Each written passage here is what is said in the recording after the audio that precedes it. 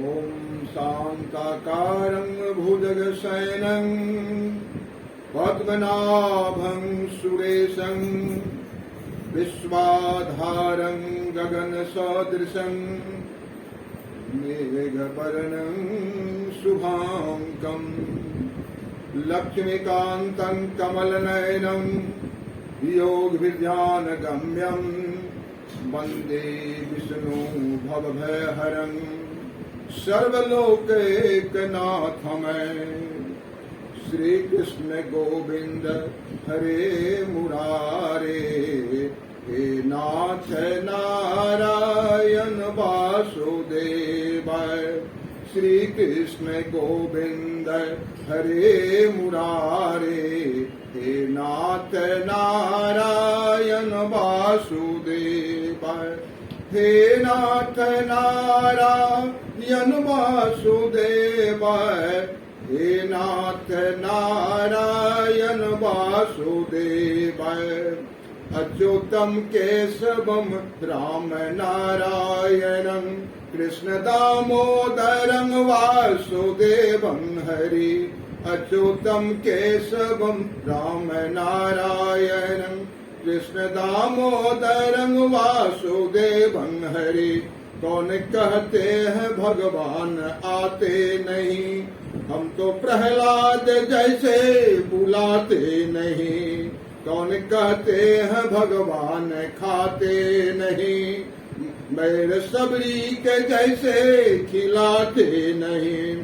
अच्युतम केशवम राम नारायणं अच्युतम केशवम राम नारायणं कृष्ण दामोदरं वासुदेवं हरि अच्युतम केशवम राम नारायणं कृष्ण दामोदरं वासुदेवं हरि।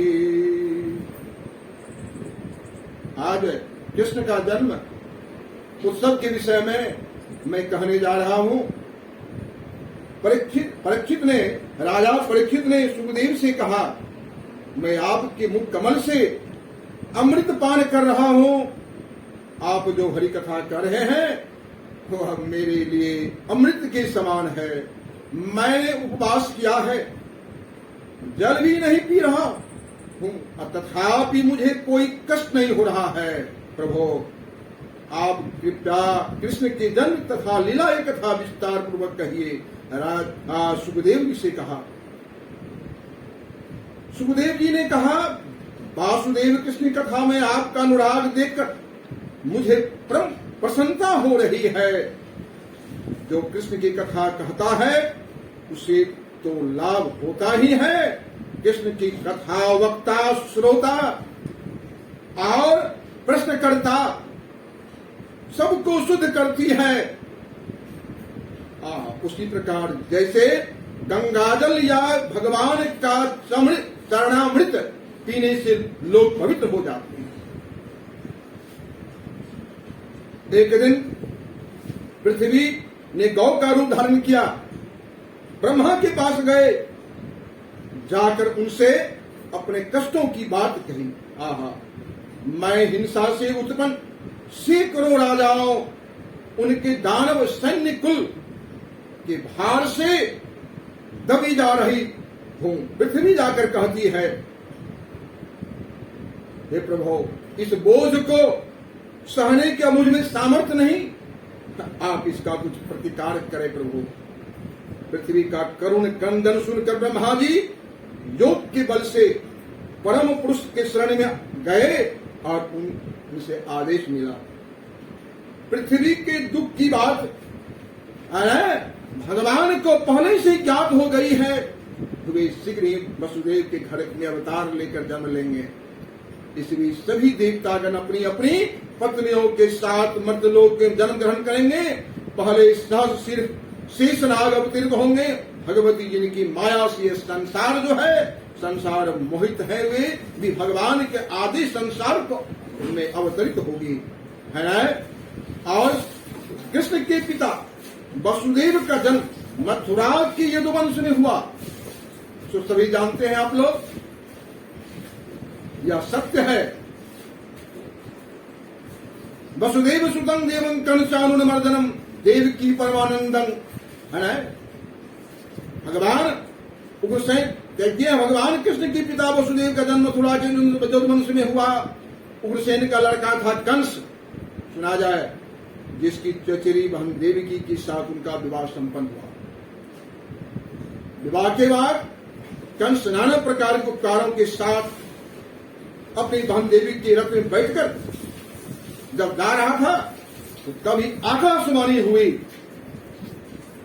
तुम जैसे जिस रथ में ले जा रहे हो और उसी देव की 8वें गर्भ से उत्पन्न होने वाले संतान तुम्हें मार डालेगी।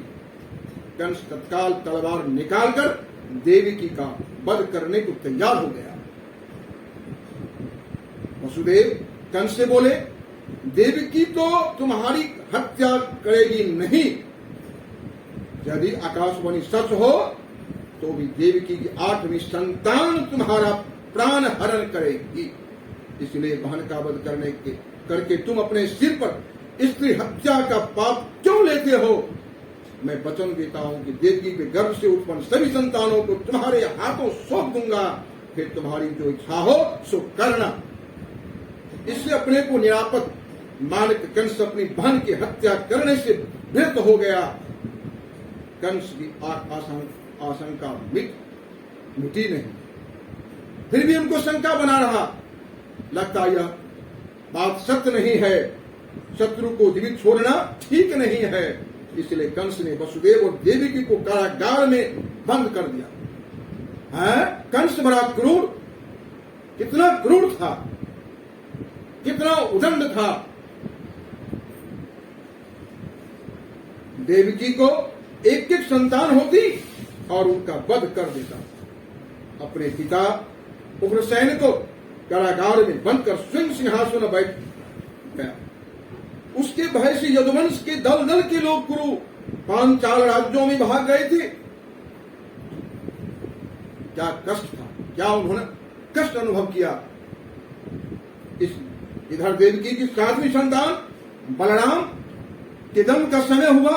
भगवान ने योग माया को आदेश दिया, देवी तुम ब्रह्म रूपी अनंत शेष को रोहिणी के गर्भ में स्थापित कर दो, मैं देवकी का पुत्र होकर जन्म लूंगा और तुम यशोदा की पुत्र होएगी। योग माया ने वैसा ही किया। ब्रजभूमि में रोहिणी के गर्भ से बलराम का जन्म हुआ। बलराम का जन्म हुआ। इसके बाद मंगलमय मुहूर्त में कंस कारागार में भगवान श्री कृष्ण ने देवकी के गर्भ से जन्म ग्रहण किया।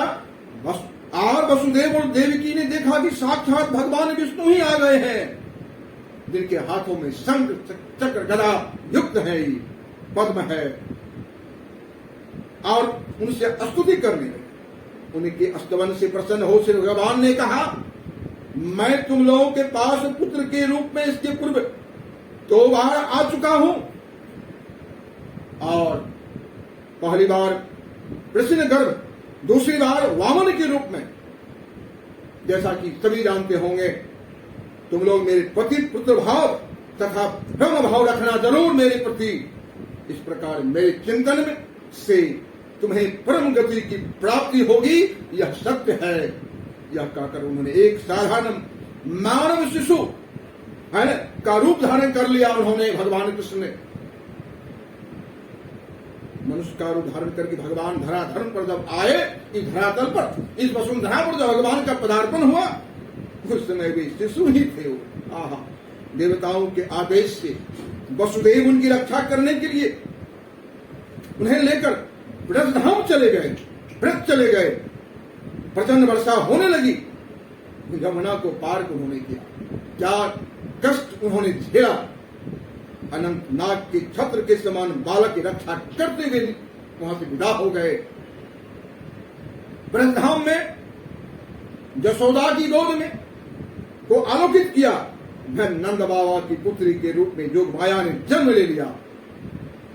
यशोदा निंद में बेसुध थी।